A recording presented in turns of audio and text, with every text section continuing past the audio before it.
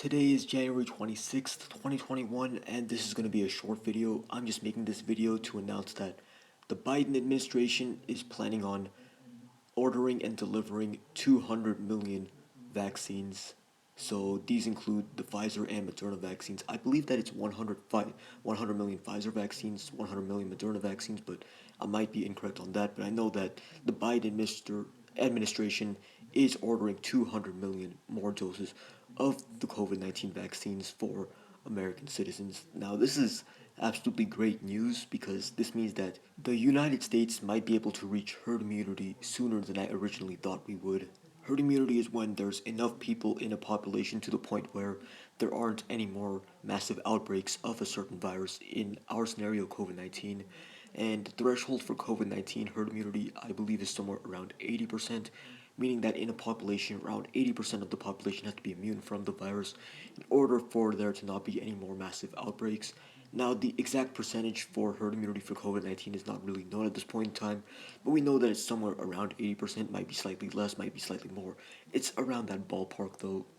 So, around 80% of the population, actually more than 80% of the population, will need to take the COVID-19 vaccine in order for the United States to reach herd immunity.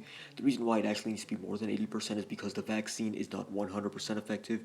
So to make up for the fact that for some people it's not going to be completely effective, we need to vaccinate as many people as possible. But I'm just making this video because I think that this is great news. See, the thing about the United States population is that there are around 330 million people in the country in total, but a surprisingly high number of people in the United States, a surprisingly high proportion of the people living in the United States are actually under the age of 18.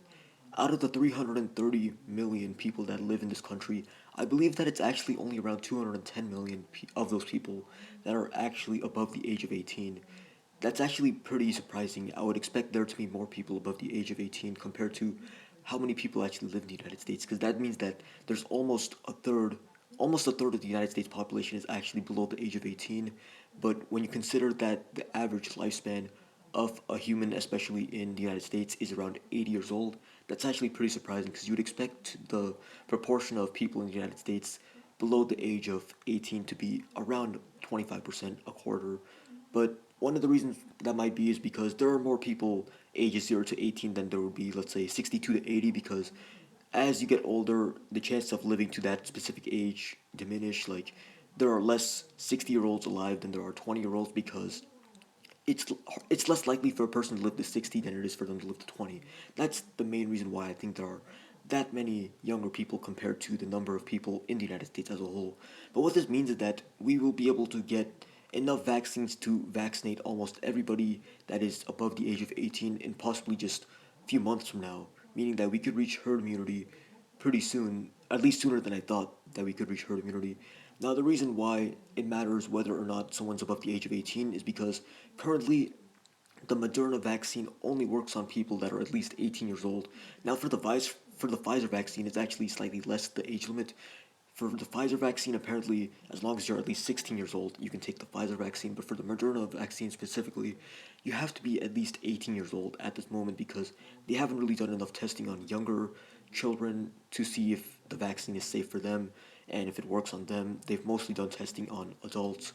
Now, the reason why they did that actually makes sense to me is because younger people are less likely to die from this virus overall if they get the virus, and people under the age of 18 are the least likely to get severely harmed from this virus or to pass away from this virus if they contract it. So I'm assuming that's the reason why they haven't tested the vaccine in younger people yet, but regardless, this is great news. We have 200 million more vaccines now that we can give to people. I believe that they're just Pfizer and Moderna vaccines at this moment. I don't think there are any other vaccines. I don't think we've ordered the Johnson & Johnson vaccine yet or the AstraZeneca vaccine yet, but I might also be wrong on that. But what I do know is we will be getting 200 million more vaccines.